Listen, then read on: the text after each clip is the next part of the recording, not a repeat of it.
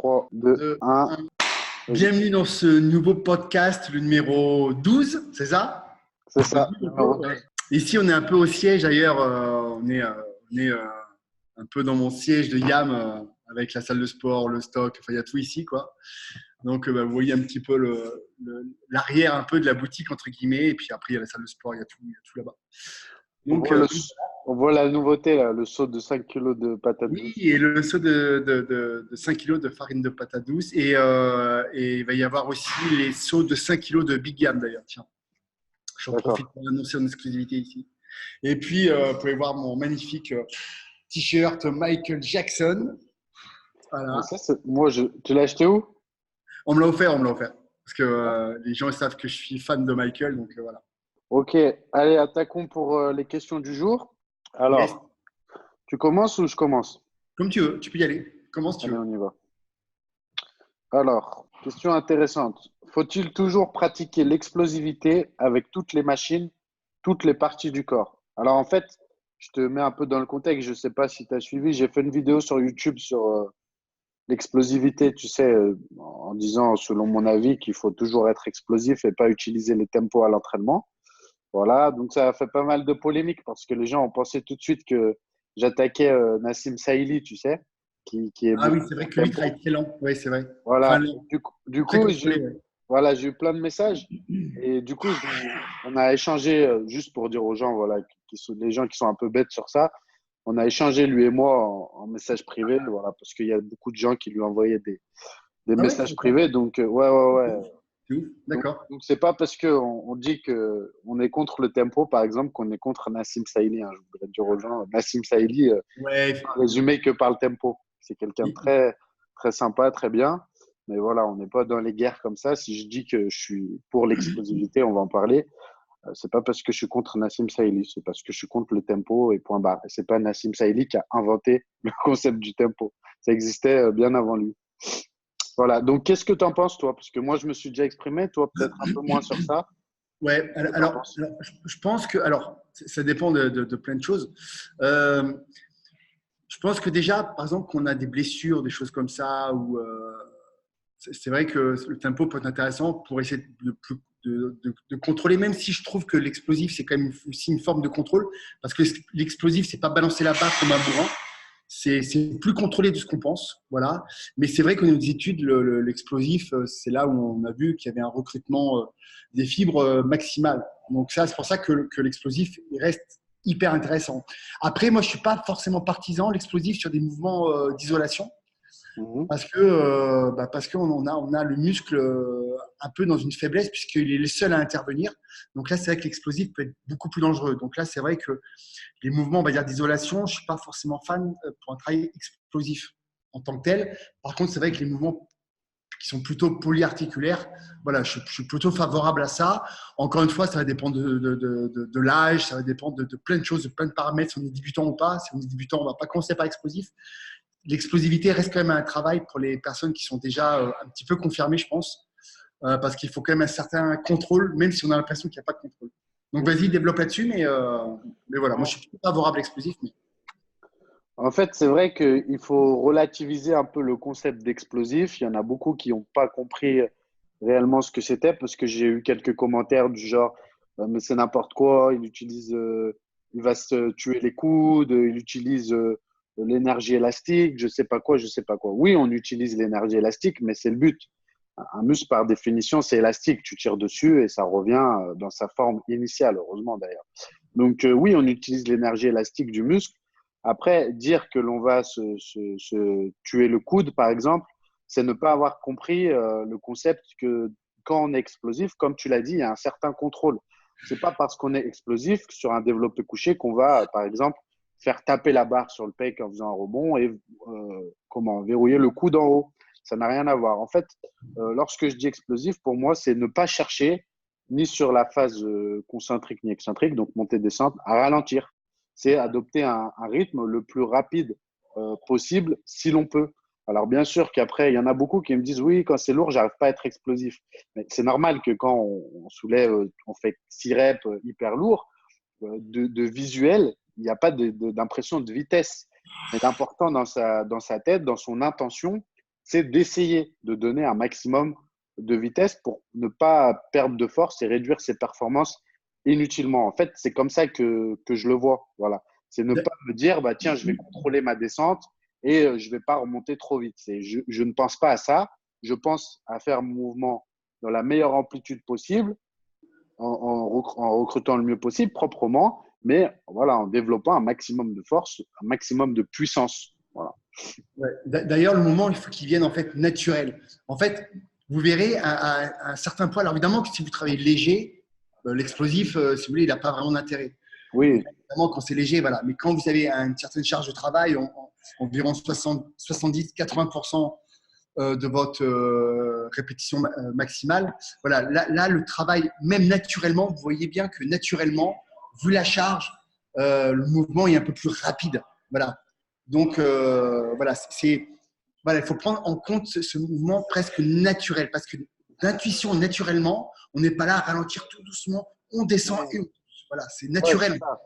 Voilà, donc Et, c'est important cette notion de naturel parce qu'on voit que la meilleure force qu'on va pouvoir développer, c'est dans un moment beaucoup plus naturel, pas forcément hyper contrôlé.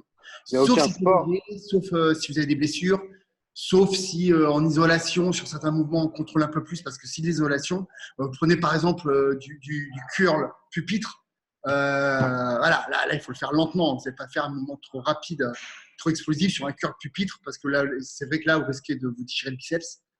Voilà. Après, un des grands bodybuilders qui utilisait l'explosif, c'est Ronnie Coleman. Voilà, c'était un pur et dur d'explosif.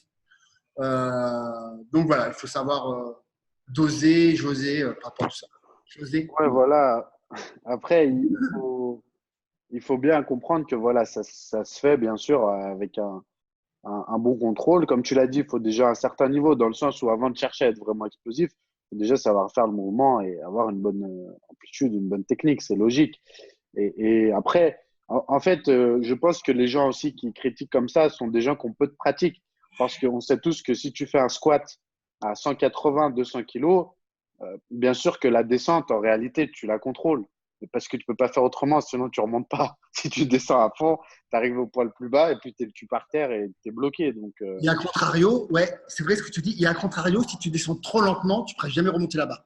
aussi, voilà, ouais. Donc, Voilà, en donc fait, tu vois, c'est naturel. tu as les deux extrêmes en fait, et on se rend compte qu'il y a un juste milieu à avoir en fait. Voilà, donc en fait, ça vient naturellement. Mais quand tu es avec une charge si lourde, tu ne te dis pas dans ta tête, tiens, je vais retenir. Non, ça se fait, comme tu l'as dit, parfaitement naturellement. Et voilà. Et donc, c'est la seule notion que je voulais donner. Et voilà. Ok, Voilà pour cette super question. intéressant en tout cas, super intéressant. Ouais. Alors, j'ai une autre question.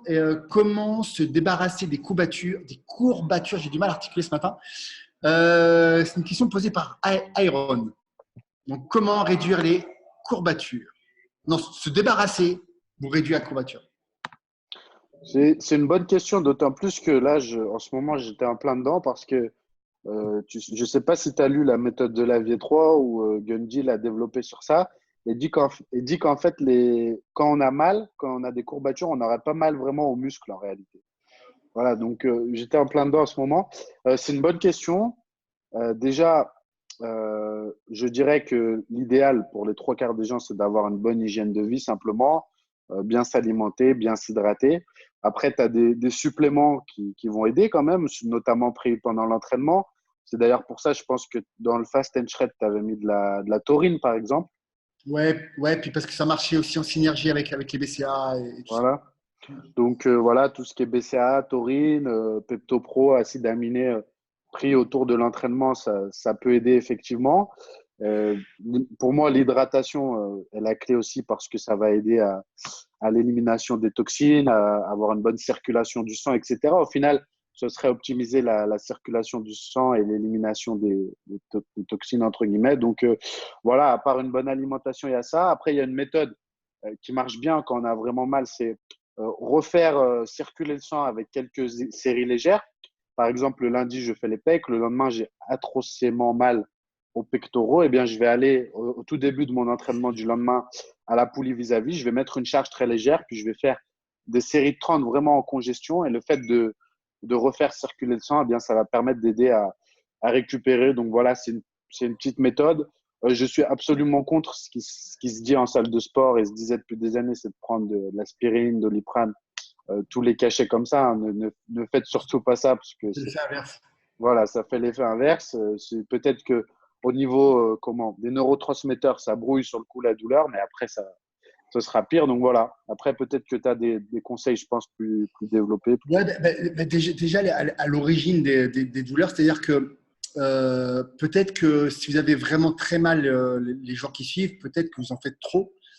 Et on le rappelle encore une fois, le facteur limite en musculation, ça reste la récupération. Ouais. Et si vous avez mal pendant une semaine au pec, par exemple, ça veut dire qu'il va falloir attendre une semaine de plus, enfin une semaine en tout, pour pouvoir refaire les pecs. Donc on voit que la fréquence d'entraînement, elle est réduite. Et il serait peut-être plus intéressant de peut-être réduire peut-être un peu le volume sur la séance. Bon, on prend l'exemple des pecs. Des pecs, pour pouvoir permettre à notre corps de récupérer et pour pouvoir les réentraîner plus tôt, en fait, dans la semaine. Voilà, ça c'est super important puisque je vous rappelle quand même que le volume, la fréquence font partie aussi des facteurs de croissance. Donc, le no pain, no gain, aller à l'échec de l'échec, ce n'est pas forcément non plus la meilleure solution. Ou du moins, il faut y aller d'une manière très progressive. Voilà. Donc, quand votre séance, en fait, le but, en fait, c'est de ne pas arriver en fin de séance déjà exténué. Voilà. Je ne comprends pas le principe d'arriver éclaté en fin de séance en disant « Ouais, putain, je me suis défoncé, je suis mort ». Le problème, c'est que vous êtes tellement mort que vous avez du mal à récupérer et à progresser au final. Donc, laissez-vous toujours une petite marge de progression. Ça veut dire que n'allez peut-être pas dans le rouge tout de suite. Laissez votre corps une chance de récupérer pour pouvoir ensuite croître. Et ensuite, au fur et à mesure des semaines, vous pourrez peut-être augmenter l'intensité, les charges, le volume et ensuite la fréquence. Donc, il faut vraiment prendre le problème à la base et peut-être, vous en faites peut-être trop. Et avoir des courbatures qui sont vraiment horribles, c'est peut-être pas non plus bon signe. Voilà, je pense que sur ce point-là, justement, tout à l'heure, tu parlais de Ronnie Coleman.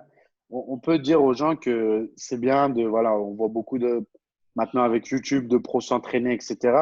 Il faut rappeler une chose, on n'a pas tous les mêmes capacités de récupération, que ça soit lié à la génétique, aux produits, bien sûr, on va le dire, mais aussi au niveau. Parce que ces gens-là sont des gens généralement qui s'entraînent depuis 10, 15 ans avec une intensité de malade. C'est des vrais athlètes. Donc, attention à ça. Eux, effectivement, ils finissent morts à chaque séance, peut-être, mais ils ont un niveau de récupération c'est l'élite, quoi, hors du commun, couplé à tout le reste. Voilà. Donc, effectivement, je pense qu'il faut faire attention à ça, à ce qu'on voit. Ils font 24, 28 séries de pecs, 30 séries de pecs, et puis ils recommencent 4 jours après. Voilà, pour nous, enfin, en tout cas, pour moi, et je pense pour toi, c'est juste infaisable, quoi. Ouais, la clé, franchement, ce serait d'y aller vraiment progressivement. C'est-à-dire baisser un peu peut-être son volume d'entraînement sur les pecs pour aller rentraîner plus rapidement. Parce que ça aussi, c'est un facteur de croissance de pouvoir les travailler plus souvent dans la semaine. 2-3 fois dans la semaine, ça peut être génial. Surtout pour un point faible, de pouvoir les travailler plusieurs fois dans la semaine. Mais pour ça, il faut donner une chance à la récupération. Et ça ne veut pas dire que dans 2 mois, le fait d'avoir monté progressivement, enfin d'avoir commencé bas et d'avoir monté progressivement, peut-être que vous allez repartir sur des volumes assez importants, mais donner une chance à votre corps de progresser. Voilà. Question suivante. Ouais, vas-y. Alors. Bonjour Christophe, j'adore ton travail. Prise de muscle pour un végétalien. Belle question. Belle question encore sur le végétarisme. Alors, là, on parle bien d'un végétalien et pas d'un végétarien, parce qu'un végétarien pose beaucoup moins de problèmes parce que généralement, voilà, il a soit il garde des œufs, soit il garde des produits laitiers. C'est voilà, généralement un végétarien. Alors ça dépend quel type de végétarien, parce qu'il y en a plusieurs aussi. Mais on va dire que le végétarien de base supprime tout ce qui est animal et enfin tout ce qui est viande, on va dire, et parfois conserve quand même les œufs ou les produits laitiers ou des choses comme ça. Donc ça pose moins de problèmes. Par contre, végétalien, c'est un peu plus complexe. Parce que du coup, il va y avoir beaucoup d'aliments avec beaucoup d'antinutriments, voilà, qui risquent aussi de carencer pas mal. Parce que forcément, si on veut retrouver beaucoup de protéines végétales, on va retrouver ça dans les légumineuses et dans les céréales. Et généralement, évidemment, ce sont deux familles d'aliments qui sont très riches aussi en antinutriments. Donc, c'est plus ça, pour moi, qui pose problème. Ce n'est pas les protéines, parce que de toute façon, dans le règne végétal, on a beaucoup de protéines. Prenez par exemple la pomme de terre qui contient des glucides, mais aussi un petit peu de protéines et qui sont d'excellente qualité. Tellement de bonne qualité que je crois que c'est l'équivalent des œufs. Donc, les protéines de pommes de terre sont incroyables. D'ailleurs, moi, je travaille beaucoup là-dessus, là, pour essayer de sortir un produit par rapport à ça. Mais la meilleure protéine végétale qui existe, en fait, c'est la protéine de pommes de terre. Voilà. Mais il faut en manger beaucoup. Ouais. Ouais, c'est-à-dire que pour 500 grammes de pommes de terre, vous avez à peu près 10 grammes de protéines. Et 100 grammes de glucides. Et 100 grammes de glucides, c'est vrai. Donc ce n'est pas impossible. Voilà, ça demande toute une préparation, beaucoup de connaissances aussi en nutrition. Faire vraiment bien tremper ces céréales et ces légumineuses pour essayer d'enlever un maximum d'antinutriments. Mais c'est possible, hein. Il y a beaucoup de végétaliens que je connais qui font la musculation. Ce n'est pas le plus facile, je le dis tout de suite. Il faut vraiment être un expert. On ne se lance pas comme ça dans le végétalisme, que ce soit pour la prise de muscle ou pour la santé, enfin pour un mode de vie que vous voulez, comme ça. Voilà. Végétarien, c'est beaucoup plus simple. En tout cas, ouais, je pense que tu peux être végétarien et très très bien progresser sans aucun problème et te dire bien, puisque bon, voilà, tu as quand même le choix. Mais franchement, végétalien, vegan, c'est quand même. C'est plus difficile. Ouais, c'est quand même difficile. C'est vraiment difficile. Ouais, c'est vraiment difficile. Il faut gérer. Il y a beaucoup de carences qui risquent d'apparaître si on gère. Si on fait pas attention, ouais, si on fait pas gaffe. Alors, ça ne veut pas dire que tous les végétaliens sont carencés. Hein. Non. Ce que je n'ai pas dit. Il y a des gens qui s'en sortent très, très bien. Je pense aussi qu'il y a des génétiques et des organismes qui supportent beaucoup mieux le végétalisme que d'autres. Ça aussi, c'est important à le savoir. Et puis, je vous dis, on ne se lance pas là-dedans n'importe comment. Je pense aussi que tu relevais un point important et c'est ce qu'on voit souvent. Je pense que pour ceux qui ont un poids du corps assez light, entre guillemets, c'est plus facile d'être vegan que pour quelqu'un qui a un poids du corps élevé. Parce que si tu es un homme et tu pèses 90, 95 kilos et que tu veux avoir, pour progresser en muscu de manière optimale, ton apport en protéines en étant vegan, bah, tu vas avoir la blinde d'antinutriments parce que même si tu les fais pré-tremper, tu vas avoir un paquet de légumineuses et d'oléagineux à manger. Ça va être difficile de réunir le nombre de protéines qu'il faut, bien que tu sois même à 1,5 g par kilo de poids de corps. Tu vois, si tu calcules, ça va être vite très déséquilibré parce que tu vas avoir beaucoup de glucides par rapport aux protéines, etc. Donc, c'est pour ça que je pense que ça marche assez bien sur tout ce qui est Miss Bikini, etc. Et on en voit même en compète des véganes qui s'en sortent très bien. Mais on voit très rarement, alors je sais qu'il y en a toujours qui vont nous inciter, mais on voit très rarement des athlètes vraiment volumineux qui sont véganes. Ouais, c'est vrai que c'est beaucoup plus rare. Alors, on ne dit pas que c'est impossible, mais c'est beaucoup plus Non, mais voilà.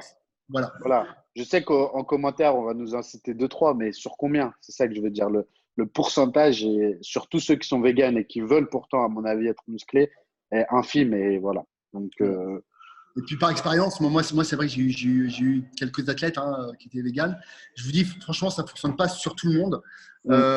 C'est assez complexe. Donc voilà. Enfin, après, voilà, il faut faire ça vraiment de manière le plus intelligemment possible. On ne se lance pas là-dedans comme ça, tête baissée. Quoi. C'est ça. Attends. Bon, petite question. Lors des développés couchés haltères, je fais en général 4 fois 6-8 répétitions. À la deuxième série, mes pecs congestionnent. Et une fois l'exercice fini, j'ai plus de force, comme si je tétanisais. Je voulais savoir si vous aviez un conseil à donner. Alors ça, c'est un truc qui est super intéressant. En fait, il faut qu'il applique, la méthode s'appelle le rire. C'est-à-dire qu'il faut qu'il garde des répétitions de réserve. Parce que c'est sûr que si la première série, il va à l'échec, bah, forcément, les séries d'après vont être décroissantes parce qu'il aura tout donné sur la première ou sur la deuxième. C'est pour ça qu'il faut toujours conserver des répétitions de réserve, on appelle ça, des rires. Et pas rire rigoler. Hein. Donc, il faut garder quelques répétitions de réserve. Et ça, c'est super intéressant parce qu'en gardant, par exemple, 2 répétitions de réserve, ça permet de la série d'après qu'ils puissent en faire autant, la troisième autant et la quatrième autant. Et du coup, il aura un volume beaucoup plus gros. Voilà. Et c'est un peu fini les répétitions, les séries où on disait qu'il fallait à l'échec, il fallait même faire des répétitions forcées et tout ça. Mais on se rend compte qu'en faisant ça, on réduit littéralement le volume. Et puis au final, la progression ne sera pas forcément optimale, ni d'un point de vue du tonnage aussi total. D'accord. De toute façon, moi, je suis assez partisan d'augmenter le charge de série en série. Et quand tu as 4 séries, au final, de faire en sorte que la deuxième série soit toujours plus lourde que la première, la troisième toujours plus lourde que la deuxième et la dernière soit la plus lourde, malgré que tu sois sur un format fixe. Voilà, je suis vraiment partisan de ça, même sur les séries plutôt longues, etc. Parce que je trouve en plus que physiologiquement, au niveau du fonctionnement du système nerveux, c'est beaucoup plus logique et intéressant de fonctionner comme ça. Voilà. Même là-dessus, même si c'est un schéma moi je fonctionne aussi un peu comme toi, c'est toujours bien de conserver une ou deux répétitions de réserve. Voilà, ne pas aller à l'échec où ça commence à trembler. Ah, voilà. Là, c'est le meilleur moyen que la série qui va suivre après elle soit morte, quoi. Ouais, voilà, c'est exactement ça. Donc, gardez toujours un petit peu de réserve derrière. N'oubliez pas l'important, c'est aussi le volume d'entraînement qu'on va avoir dans la séance. Et puis, n'oubliez pas ce putain de facteur limitant qui est la récupération. Mmh. Question suivante. Quel conseil d'entraînement pour une femme enceinte? Vas-y, ça, c'est peut-être plus ta spécialité. Alors, la dernière fois, on en avait parlé, mais je ne C'est sais vrai. pas si on n'a pas parlé de post-accouchement plutôt. Il ne me semble pas qu'on a parlé de pendant la grossesse. Je m'en rappelle plus. Alors, déjà, il y a bon, je vais redire un petit peu, il y a une notion déterminante, enfin, plutôt quelque chose de déterminant à faire, c'est que ce n'est pas au coach sportif de dire si vous devez vous entraîner ou pas et quand est-ce que vous devez arrêter ou pas. C'est au gynécologue de dire ça, voilà, à votre spécialiste. Donc, si votre gynécologue vous dit, bon là, stop, faut arrêter le sport, stop, arrêtez le sport, malgré que votre coach se pense meilleur qu'un gynécologue et tout, c'est pas le cas. Il ne peut pas voir ce qui se passe à l'intérieur, même quand bien même il pose la main sur votre ventre. Voilà. Donc, respectez bien l'avis du gynécologue. Ensuite, essayez d'avoir une intensité quand même pas trop élevée, hein. Il faut faire attention, il faut être prudent, peu importe l'exercice. Mais de base, tous les exercices qu'il faut éviter de manière logique sont ceux qui vont effectuer une pression sur l'abdomen, sur le ventre, sur l'estomac. Donc, tout ce qui est presse, bien entendu, tout ce qui est squat, voilà, tout ce qui est flexion comme ça, même les soulevés de terre sumo, hein, quand bien même on garde le buste droit, on a toujours tendance un petit peu à se pencher. Donc, il faut vraiment privilégier les exercices où on va rester droit, où on n'aura aucune pression sur l'abdomen. Donc, évitez aussi de ne pas faire tout ce qui est crunch, tout ce qui est enroulement de bassin, etc. Voilà, plutôt pour les abdominaux, du gainage uniquement. Et puis, pour le reste, après des exercices, pour le bas du corps, ce serait des exercices d'isolation, du genre leg extension, leg curl. Pour les fessiers, des extensions à la poulie, genre kickback, voilà, des élévations de hanches, abducteur, adducteur. Et pour le haut du corps, bon, tout ce qui est pas en appui ventral, bien entendu. Voilà, je pense qu'en procédant comme ça, il n'y a pas de risque, mais encore une fois, à mettre entre parenthèses, uniquement sur avis du spécialiste parce qu'on n'est pas du tout des gynécologues. Et puis, de toute façon, voilà, il faut des examens, voir si tout va bien. Voilà. Je ne sais pas si tu as. Puis, il y a une phase, je crois que c'est avant 3 mois, il faut que le bébé soit bien accroché, je crois. Donc, très attention, c'est une phase, je crois que c'est entre le 2e ou le 3e mois, je ne sais plus. C'est un peu délicat, donc il faut attention. Et puis, c'est peut-être l'occasion aussi de travailler en série entre 12 et 20 reps au lieu de descendre en dessous. Parce que quand on descend en dessous, forcément, on va beaucoup forcer et on va forcer aussi sur l'abdomen, même si on n'a pas d'appui, même si on ne fait rien, le fait de porter lourd, on est obligé de gainer, de forcer un peu aussi sur l'estomac. Donc là, peut-être pas l'idéal, donc peut-être travailler en série un peu plus longue.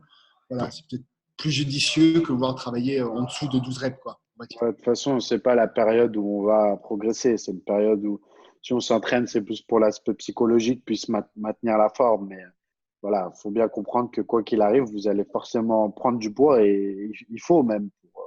Enfin, il ne faut pas prendre 25-30 kilos, ça ne sert à rien comme on voit parfois. Mais voilà, il faut bien comprendre que c'est comme ça.